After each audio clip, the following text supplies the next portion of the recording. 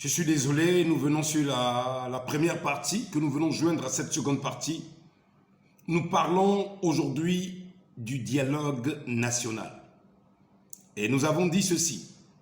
Nous ne pouvons pas partir à un dialogue national sans une repentance nationale.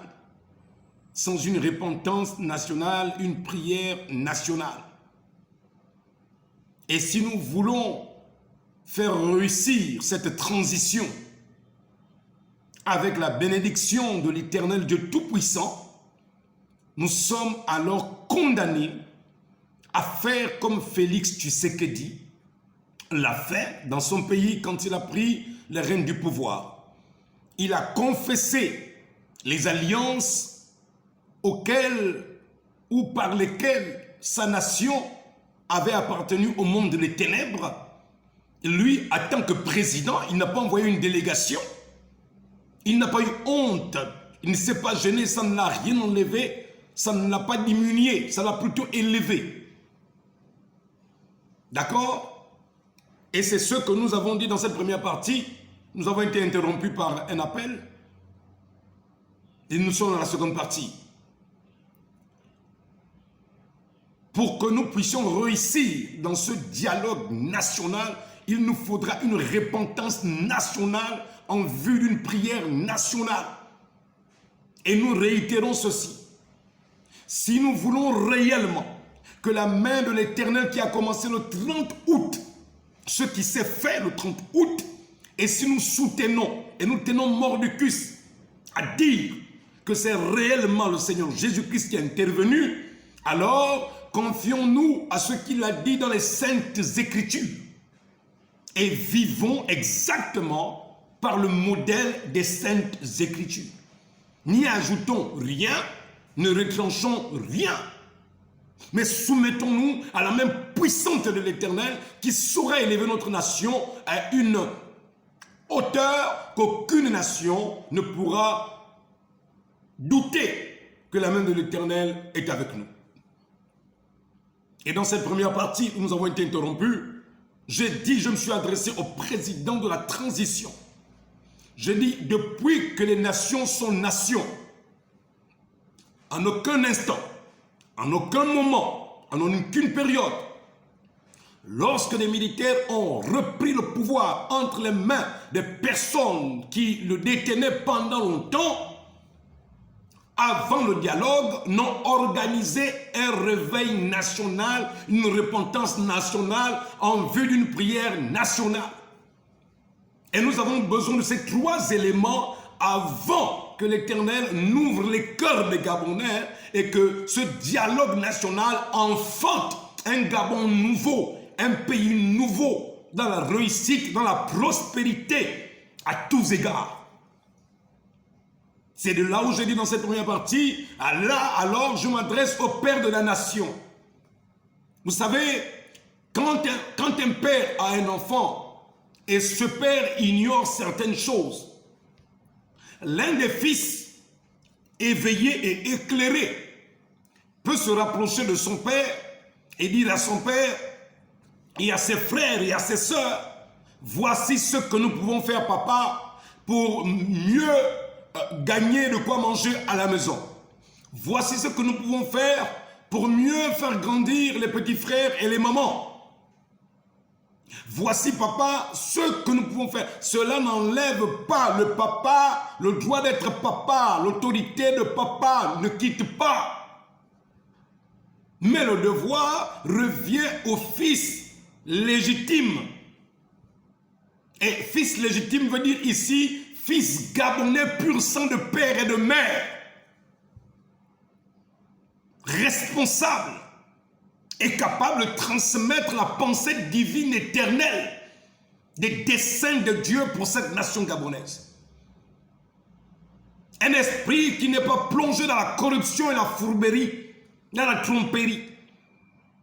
Un esprit propre, pur et clean aux yeux de l'Éternel, comme Dieu pouvait dire à Samuel de David, voici un homme selon mon cœur.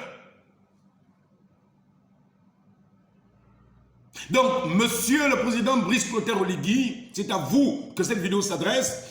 Peuple gabonais, c'est à vous que cela s'adresse. Église du Gabon, c'est à toi que cela s'adresse. Un dialogue national, oui, mais avant tout ceci, en vue d'une reconstruction d'un Gabon nouveau qui gagne, nous devons parvenir d'abord à une unité nationale d'esprit. Le Gabon n'est pas d'abord physique. Le Gabon n'est pas matériel, il est immatériel. Celui qui fait le Gabon, c'est celui qui est l'esprit. C'est celui qui est esprit qui compose le Gabonais. Donc nous pouvons alors aller ensemble à ce dialogue national. J'irai avec vous si Dieu est avec nous. Et je crois que l'Éternel saura alors comment faire réussir cette nation. Et alors je disais, de là, le Gabon sera le fer de lance d'un réveil national et international. Dans la première vidéo, je dis les Mbadinga et les publics Gaëtan, ils ont anticipé avec une journée nationale de prière. Je vous dis ce qui n'est pas le cas de ce que nous attendons maintenant. Et de ce dont nous parlons dans cette émission, Dieu parle encore.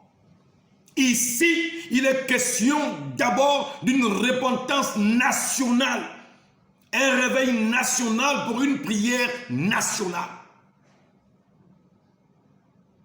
Et la seule façon pour nous de réussir à cela, c'est de prendre les Saintes Écritures et de les lire, de nous imprégner de quelle est la volonté de Dieu pour notre peuple, pour notre nation. Comment les autres ont-ils réussi? Comment les autres ont échoué? De là où notre émission, Dieu parle encore, elle a pour mission, pour prérogative, de rappeler ce qui s'est passé hier et de dire comment nous réussirons aujourd'hui et de saisir ce qui sera demain à cette conférence nationale ou encore à ce dialogue national. Et je l'ai dit dans la première vidéo, ne mettez pas la charrue avant les bœufs. Sinon vous allez vous casser la tête.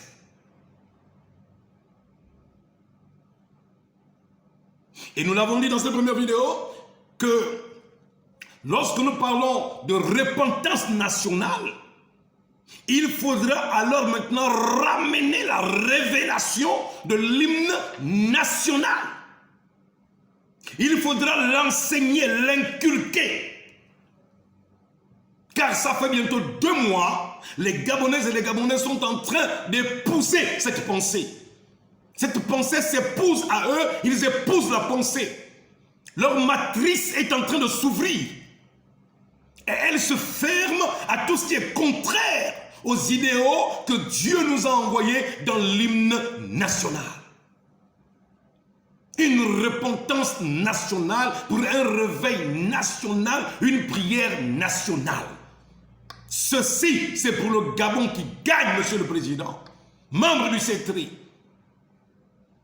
Avec ceci, nous réussirons au dialogue national. Mais sans ceci, ce n'est qu'un échec. Sans ceci, sans cela, ce n'est qu'un échec. Et ne vous aventurez pas sans l'Éternel. Ne vous aventurez pas, ne nous aventurons pas sans Dieu, sans Jésus.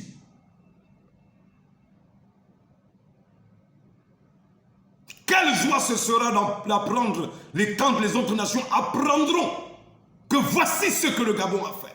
Voici ce que le président Oligui a fait. Lui-même, il était du nombre de ces personnes au grand stade, comme Félix Tshisekedi. Il a confessé les péchés du temps de Lomba. Il a confessé les péchés du temps de nos ancêtres. Il a confessé les péchés devant Dieu. Il s'est repenti devant Dieu en tant que tête de la nation.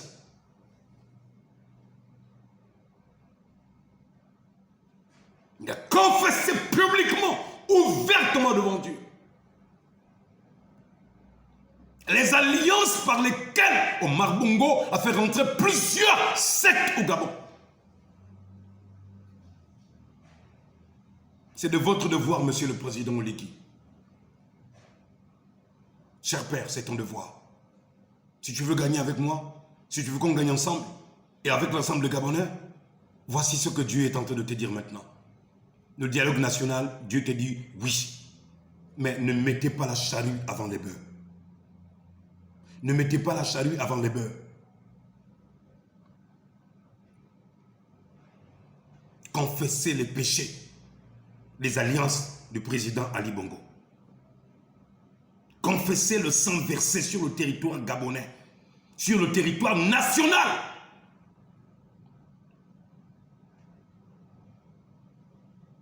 Combien de personnes ont perdu des vies? Combien de fils et de filles ont été égorgés? Combien de jeunes filles ont été violées par leur père parce qu'ils étaient assoiffés du pouvoir, avides de pouvoir? Parce qu'ils voulaient aussi avoir une part de responsabilité.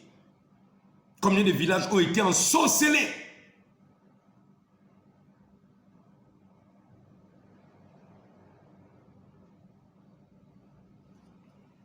Une repentance nationale, un réveil national pour une prière nationale, en vue d'un dialogue national. Le dialogue, c'est le petit là. C'est lui. Lui, il vient après. Dieu se le pousse. C'est Dieu qui nous pousse. Dieu se le pousse. Dieu se le pousse. Et quand Dieu nous pousse, il nous pousse vers quoi? Une repentance nationale. Et dans cette repentance nationale, plus qu'il n'y a pas de repentance, si on n'apprend pas à quelqu'un ce qu'il a fait, pour que quelqu'un se repente, on doit lui dire qu'est-ce qu'il a fait. Et nous avons l'hymne national du Gabon. De là, nous viendrons, après la repentance nationale, c'est le réveil national. Quand nous entrons dans la repentance nationale, tout va ensemble en fait. C'est le réveil national. Et dans le réveil national, il y a maintenant la prière. La prière vient après. Tu pries, oui, tu demandes à Dieu pourquoi. Tu as fait quoi? Oui, tu demandes pardon à Dieu. Tu as fait quoi? Tu as appris que tu as fait quoi? Aux yeux de Dieu, nous avons fait quoi?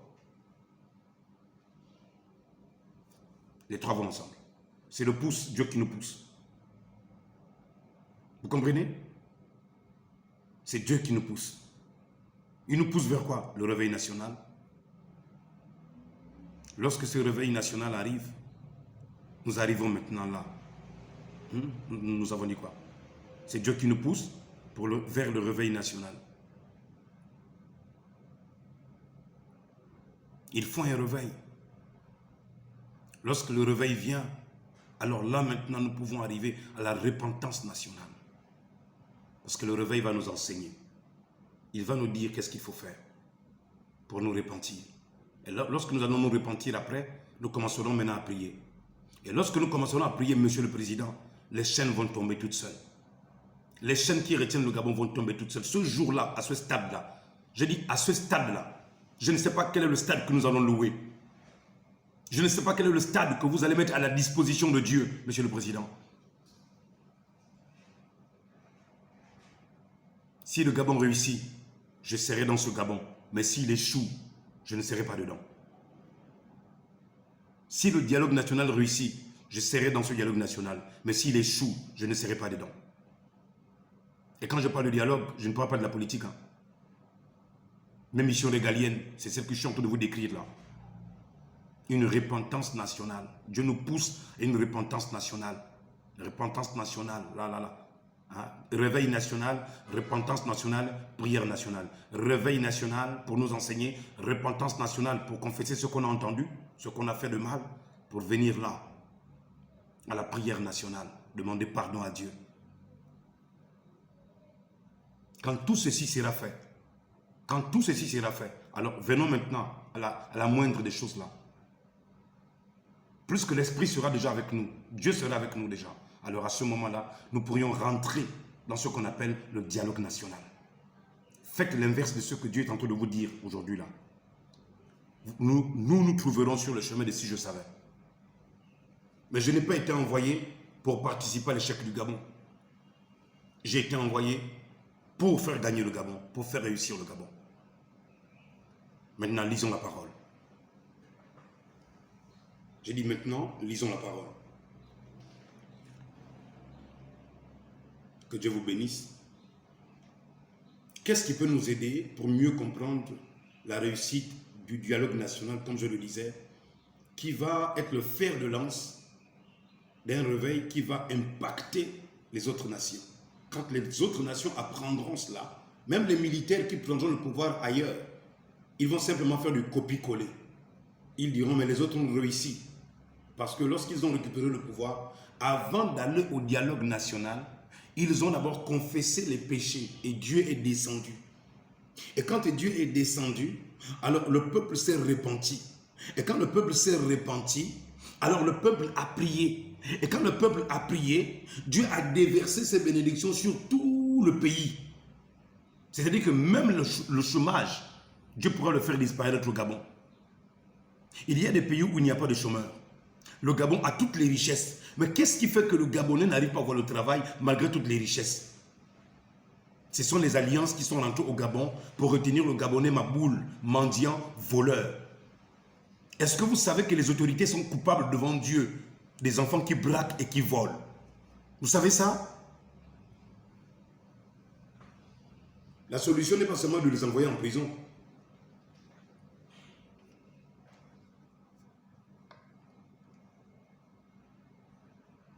J'aimerais vous parler, je l'ai intitulé « La repentance de Ninive, une école pour le Gabon ».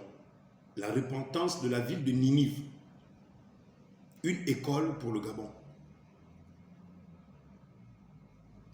Jean Yegendon disait aux funérailles d'Omar Bongo ou aux obsèques d'Omar Bongo, quand il avait lu l'histoire de Roboam, il avait dit que les histoires et les échecs des autres peuvent être le maître d'une bonne école pour ceux qui veulent bien apprendre.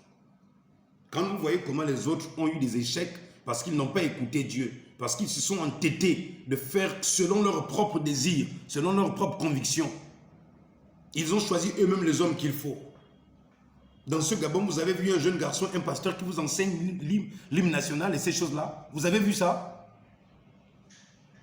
Mais comme au Gabon, vous avez la manière de prendre des projets de gens et les confier à d'autres personnes. N'essayez même pas de prendre ce que je suis en train d'enseigner là et le confier à d'autres personnes. Ce serait un échec.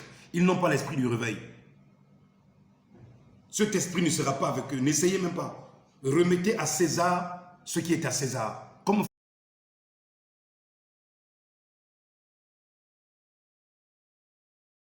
Pharaon l'a dit à Joseph.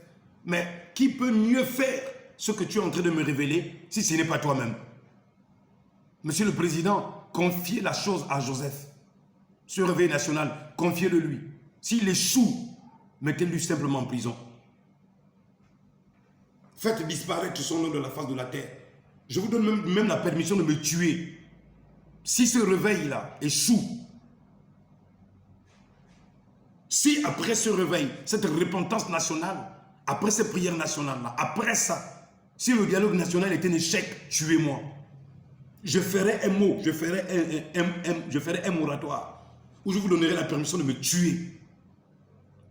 Mais c'est impossible, ça ne peut pas échouer. Car ces choses me viennent de l'esprit. C'est l'esprit qui me révèle ces choses. Ces choses me viennent des canaux de l'esprit de Dieu. Dites-moi pourquoi les autres n'ont pas pensé à ça. Pourquoi les autres n'ont pas pensé à ça. En 2005, ils ont organisé une prière nationale, non? Où le président Omar Bongo était avec ses enfants. Là où les membres du gouvernement étaient. Est-ce que ça a changé quelque chose? Ça a changé quelque chose? Ça a changé quelque chose au Gabon? Mais répondez-moi alors. Prenez ça et remettez ça en Badinga comme vous avez la coutume de le faire. Prenez ça et remettez ça à Monseigneur Ibaba. Prenez ce que je suis en train de vous dire et remettez ça à un leader du Gabon. Vous allez enlever mon nom d'ici, le Gabon. Essayez de prendre ce projet-là, remettez ça à quelqu'un d'autre et vous verrez. Je préviens, oui, parce que je connais la délinquance qu'il y a au Gabon. Je connais la délinquance qu'il y a au Gabon.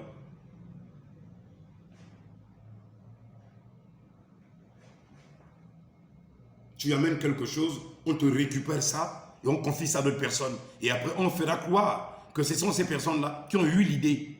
Mais heureusement que les vidéos sont sur YouTube. Quand les Gabonais verront cela, ils sauront que ces choses ont été préparées, elles ont été prêchées et annoncées le 29 février 2024. YouTube gardera la traçabilité de cela. Comme YouTube a gardé la traçabilité de ce qui devait arriver au Gabon, qui avait été annoncé depuis le mois de mars, février et mars 2023. Psaume 127. Cantique des degrés de Salomon. Psaume 127. 127. Ouvrez vos Bibles. Si l'Éternel ne bâtit la maison, ceux qui la bâtissent travaillent en vain. Si l'Éternel ne bâtit la maison, qui est le Gabon. Souvenez-vous, dans Gabon, la lettre B signifie construire le Gabon. C'est bête. B-E-T-H en hébreu qui signifie maison. Nous avons déjà enseigné sur cela. Donc, peut-on construire la maison Gabon sans respecter les saintes écritures et de ce que Dieu a ordonné de faire? Je vous dis non. Je vous dis non. Je vous dis non.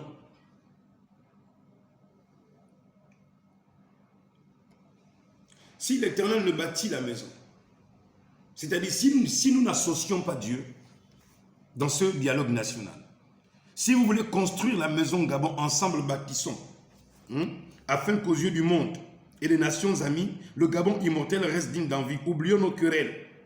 C'est-à-dire nous partons au dialogue national. Oublions nos querelles. Nous allons où ça? Au dialogue national. Nous oublions nos querelles politiques. Le PDG contre le Morena contre l'UPG, l'UPG contre le parti de ceci. Oublions nos querelles. Nous allons où ça? Au dialogue. Mais pouvez-vous aller au dialogue sans associer Dieu? Monsieur le Président, membre du CETRI, peuple gabonais, pouvez-vous aller au dialogue, peuple chrétien, peuple craignant Dieu, pouvez-vous aller au dialogue sans inviter Dieu? Sans réveil national? À la manière de Félix Tshisekedi? À la manière de Salomon? Hein? À la manière d'Esdras? De Néhémie? Là où tout le peuple était réuni, tout le monde s'est repenti, les gens ont pleuré. Ils sont allés rebâtir la maison de l'Éternel. Vous pensez que nous serions les premiers à le faire? La seule chose que nous serions les premiers à le faire, c'est parce que l'armée a récupéré le pouvoir et avant d'aller au dialogue national, nous viendrons d'abord à ce réveil national en vue d'un enseignement pour une repentance nationale et une prière nationale. Ça, nous serions les premiers. Mais nous ne serions pas les premiers à revenir auprès de l'Éternel après avoir désobéi. Nous ne serions pas les premiers. Mais les premiers et les pionniers, après la récupération du pouvoir et avant le dialogue national, nous serions les premiers. Et de là, M. Oligui, je vous assure que Dieu vous élèvera d'une manière. Je dis, Dieu vous élèvera d'une manière que personne ne comprendra la dimension dans laquelle vous seriez. Monsieur le Président, voilà ce que Dieu attend de vous maintenant.